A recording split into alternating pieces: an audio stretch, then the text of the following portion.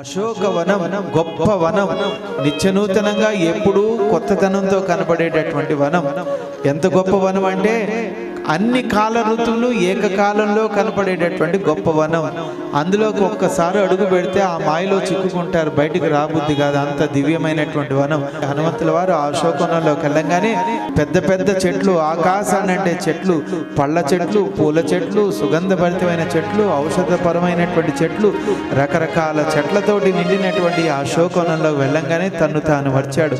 ఒక చెట్టు మించి ఒక చెట్టు మీద దూకుతూ వెళ్తుంటే ఆ చెట్లు కూడా పులకించిపోయి హనుమంతుల వారి మీద పూల వర్షం కురిపిస్తే పూలతో కప్పబడినటువంటి హనుమంతుల వారు ఎగురుకుంటూ వెళ్తుంటే పూల రథం వెళ్తుందా అన్నంత రీతిలో కనపడ్డాడంట. ఎంత గొప్ప వనం అంటే అశోకవనం అంటే ఆ శోకవనం. అందులోకి అడుగు పెట్టంగానే అసలు దుఃఖము భయం అంటే తెలియకుండా ఉండేది. శిఖరం devotional channel. Please like, share and subscribe.